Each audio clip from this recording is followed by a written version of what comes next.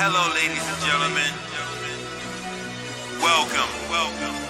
Please have a seat. Yo, ladies and gentlemen, I recorded so much, my timer is telling me 24 minutes left because I haven't had a chance to delete anything from this SIM card. But I wanted to make it real cool because people telling me I'm wasting my time, not putting things on TikTok right, this and that there, so whatever. But I want to talk about drowning.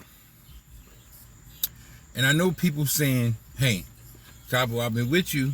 What the hell are you getting at? I'm talking about drowning. Drowning.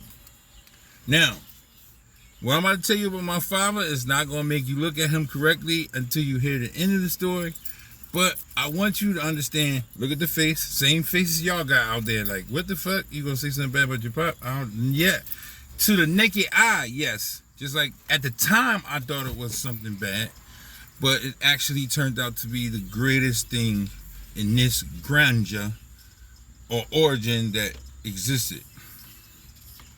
We used to go to this playground across the street from the Hank Gatherer Center when I lived down 15 Styles.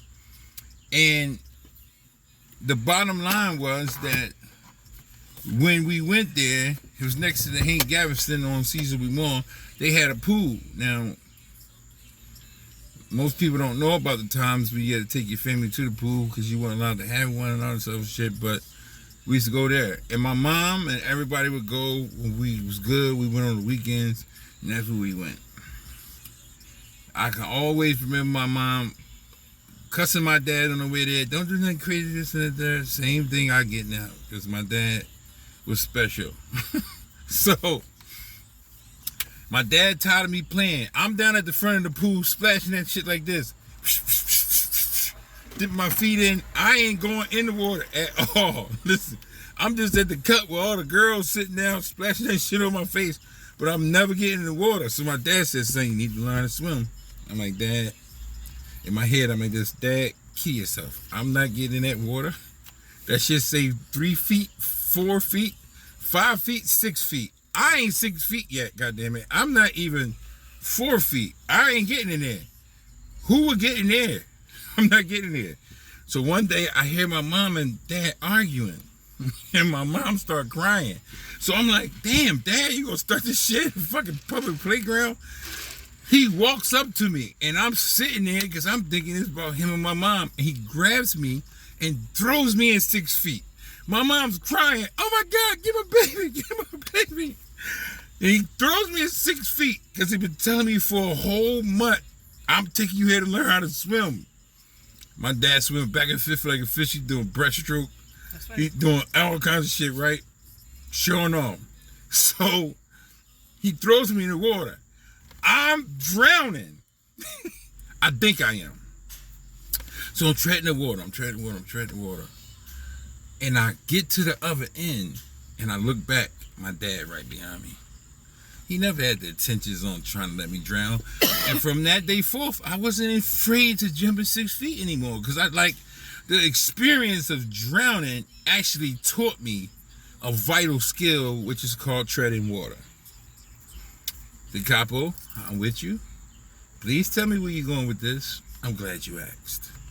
So, in life, God sometimes wants us to progress in a certain direction, and we are telling God, we sitting at the edge of the pool of life and we splashing water on ourselves, and we right at the edge of life, and we afraid to get in the water called life. We afraid to swim with the big dogs in 6 feet. We're afraid to do all these things, chase our dreams. We're afraid to do all this stuff because we think that we're going to drown. So we are afraid, and because we're afraid, we don't progress. And sometimes, like my pop, God got to pick you up and throw you into some turmoil in the middle of the sea to prove to yourself that you could tread water and that you can make it. And as soon as you think that God has forgotten about you, or God don't know your name, or he don't know what you're going through, if you just would turn around, you'll see that he was with you the whole time. He wasn't trying to make you drown. He was trying to get you to see that you could tread water. It's your boy Decopbo. I know, genius. 5 minutes. So, like always, it's your boy Decopbo. Like always, it's 105. It feels like it out here. My baby wanted not the sound not to be in, but she's turned this into a automatic bake oven. No, a crock pot.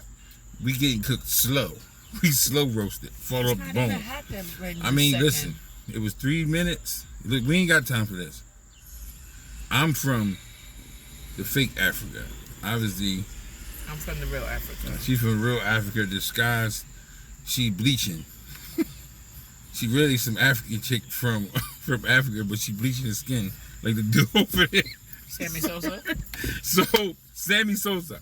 So, before I go over the time, because I'm trying, look, 5 minutes, I'm on record. So, your boy Decopbo, like always, we wake up, look at yourself in the mirror, tell I love myself, I think I'm special, I deserve to be happy. Find yourself a miserable. So, now, I got to move. See, I got to be the cameraman too. Whatever. Please, I indulge. I can cut it, do whatever I want to do. So the other side of his story, you know, his dad pushed him in the pool, you know, set him up for treading, right? That's what we were saying. Yeah, treading. No, drowning. No, like when you're in a situation. Yes, but after you drowned, you was treading. You learn how to tread. Yes. Yes. Okay. Total opposite of the coin. My father, you cannot go in the pool because you're going to drown, and I have to pay for your funeral. Okay. So we never learned how to swim.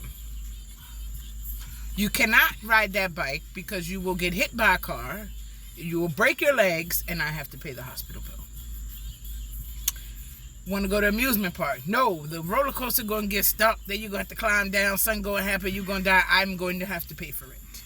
So there's a lot of things that me and my siblings have never done because we're like thinking a step or two ahead that something is going to happen wrong. But now my children, hey, you want to swim? Go in the water. I'll be right here. I don't know how to swim, but I'll help you to the best of my ability. You want to ride a bike? We'll start off with training wheels. We'll make sure you have the right equipment so you won't get scraped up and hurt. Go do it. It's just the other side of the coin. His dad pushed him in. Mine said, hell no, you're going to die and I'm going to have to pay for it. Disclaimer. I have to go to her father and ask some serious questions. Sir, this was not in the plans. It wasn't in the plans, but just hearing your story. No, come out, pause. I'm talking to your father. Sir, I've heard stories about you. So this is my disclaimer to you. I have nothing to do with her mouth. In which she said, but if you say something about her mouth, I totally agree. And I'm on your side. Disclaimer over. I was just trying to give a flip of the coin. You did give a flip of the coin. Yes, but it just happened to be, you know, maybe the tarnished side of the coin, but it's fine because at the it's end not the of the tarnished day, side. You didn't do anything wrong, but I've learned that if my children want to do something, worked for the CIA, he might get this video. Then what? He looking at me like, you let my daughter talk about me like that? I ain't got nothing to do with that, homie. I'm trying to get your blessing. I want my children to do something now. I always try to let them do it. If it's financially and possibly like time worthy, like not time worthy, but time constraints to it. You want to do it, we'll do it. Fine then. What's the worst that could happen? Yes. So I was never allowed to drown. So maybe I don't know how to tread because I never drowned. Sexy chocolate. Sexy chocolate, white chocolate with almonds and nuts.